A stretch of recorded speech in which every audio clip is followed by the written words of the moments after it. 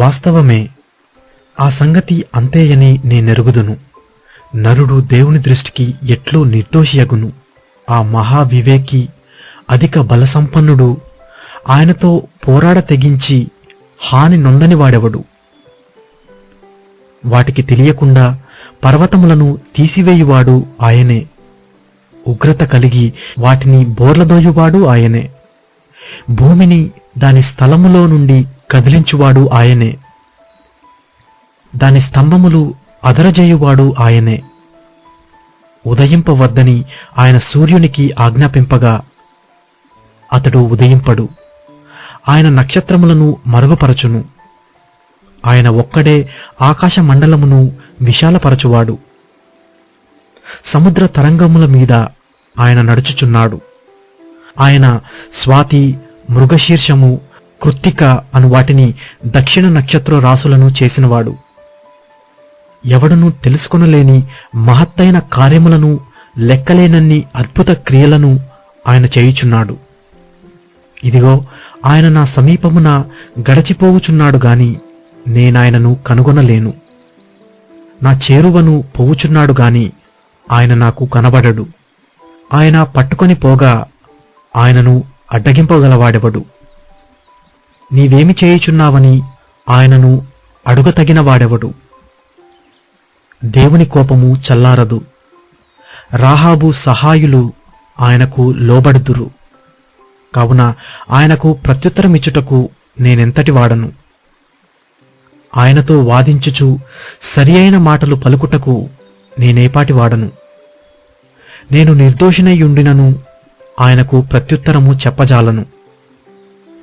న్యాయకర్తయని నేనాయనను బతిమాలి కొనదగును.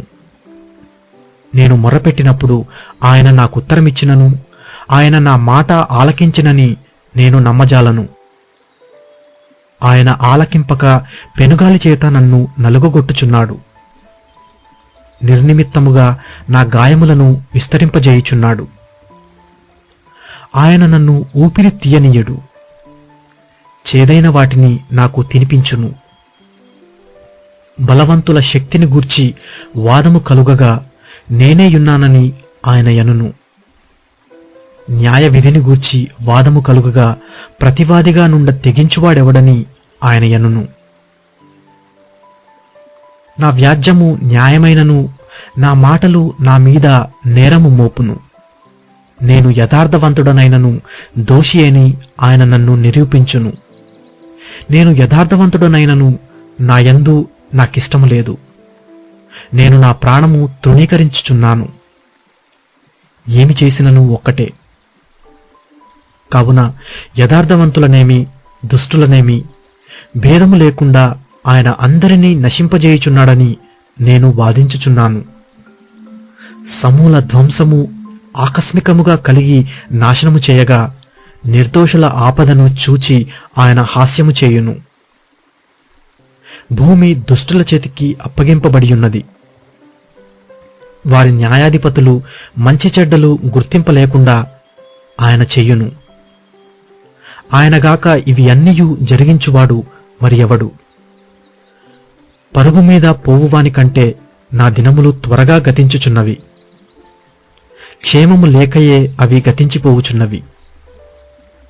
రెల్లు పడవలు దాటిపోవునట్లు అవి జరిగిపోవును.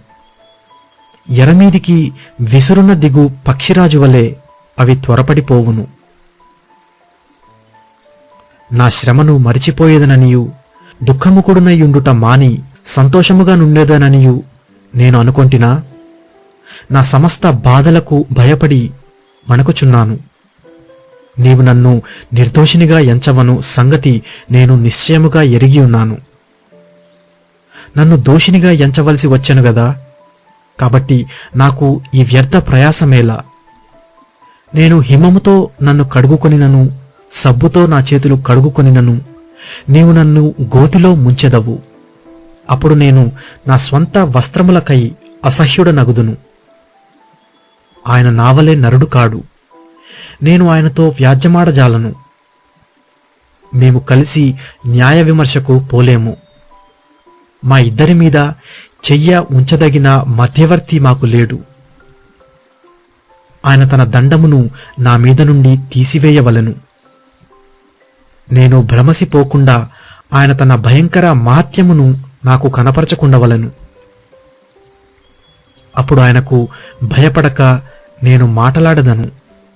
ఏలయనగా నేను అట్టివాడను కాననుకొనుచున్నాను.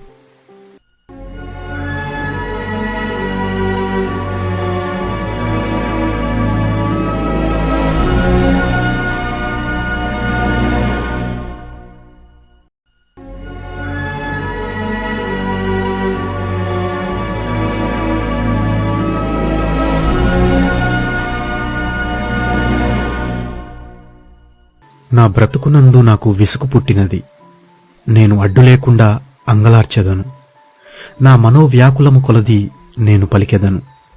నా మీద నేరము మోపకుండుము. నీవేళ నాతో వ్యాజ్యమాడుచున్నావో నాకు తెలియజేయమని నేను దేవునితో చెప్పెదను. దౌర్జన్యము చేయుట నీకు సంతోషమా? దుష్టుల ఆలోచన మీద దయాదృష్టియుంచుట సంతోషమా? నీ హస్తకృత్యములను తృణీకరించుట నీకు సంతోషమా? నీ నేత్రములు నరులు నేత్రముల వంటివా? నరులు ఆలోచించున్నట్లు నీవు ఆలోచించువాడవా? నీ జీవితకాలము నరుల జీవితకాలము వంటిదా? నీ ఆయుష్కాల సంవత్సరములు నరుల దినముల వంటివా? నేను దోషిని కాననియు నీ చేతిలో నుండి విడిపింపగలవాడెవడునూ లేడనియు నీవు ఎరిగియుండియు నీవేళ నా దోషమును గూర్చి విచారణ చేయుచున్నావు. నా పాపమును ఎలా వెదకుచున్నావు?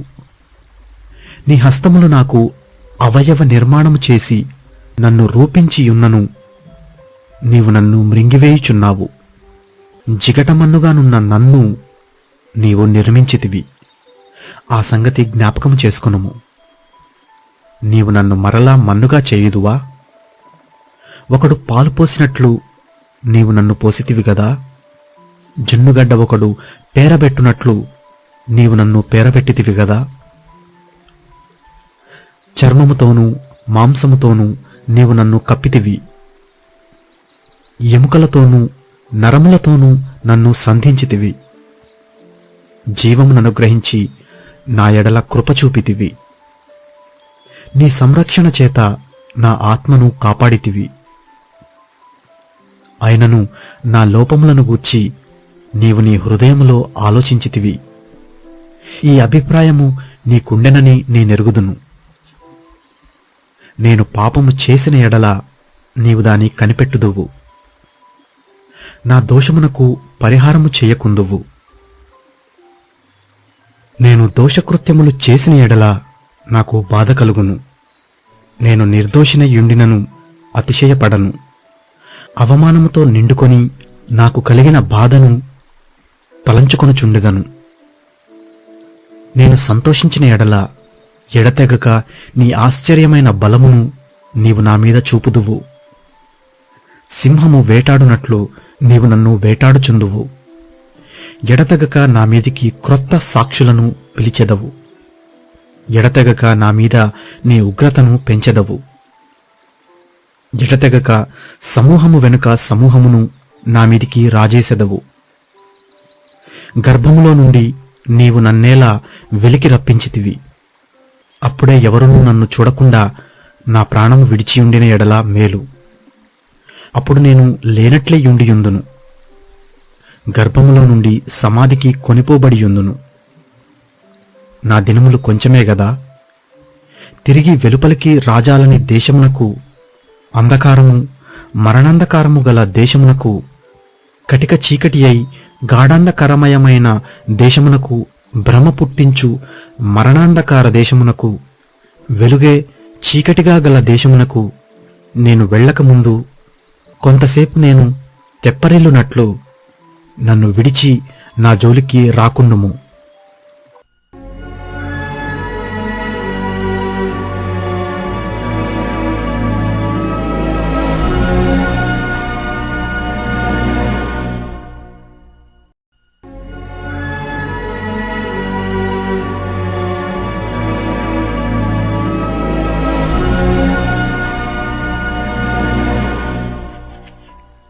అప్పుడు నయమాతీయుడైన జోఫరు ఇలాగూ ప్రత్యుత్తరమిచ్చెను.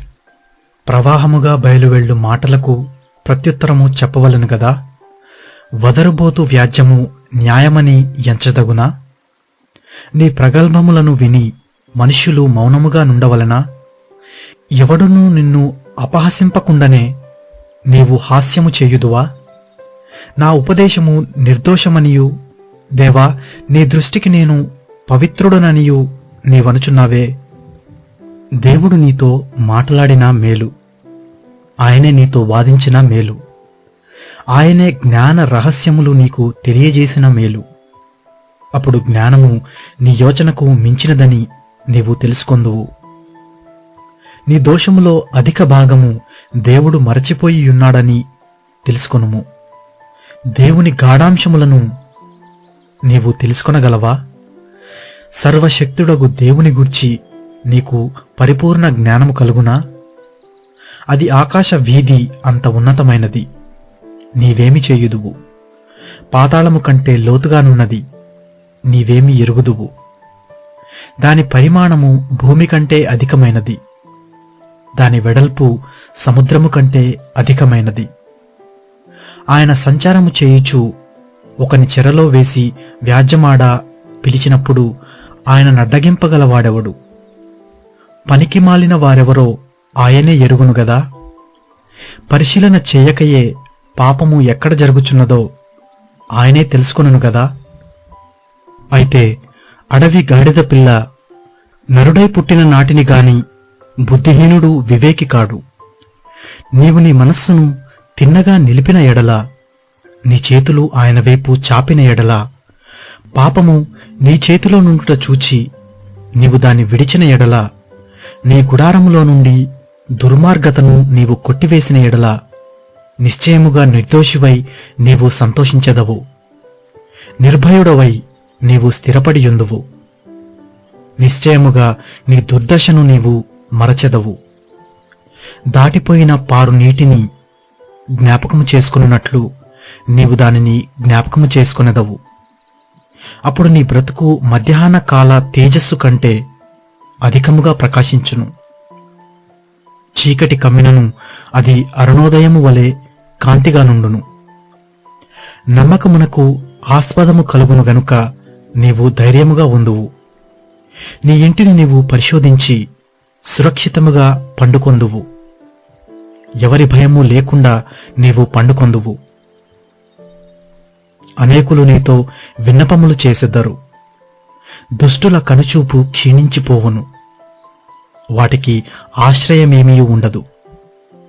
ప్రాణము ఎప్పుడు విడిచెదమో అని వారు ఎదురుచూచుచుందురు.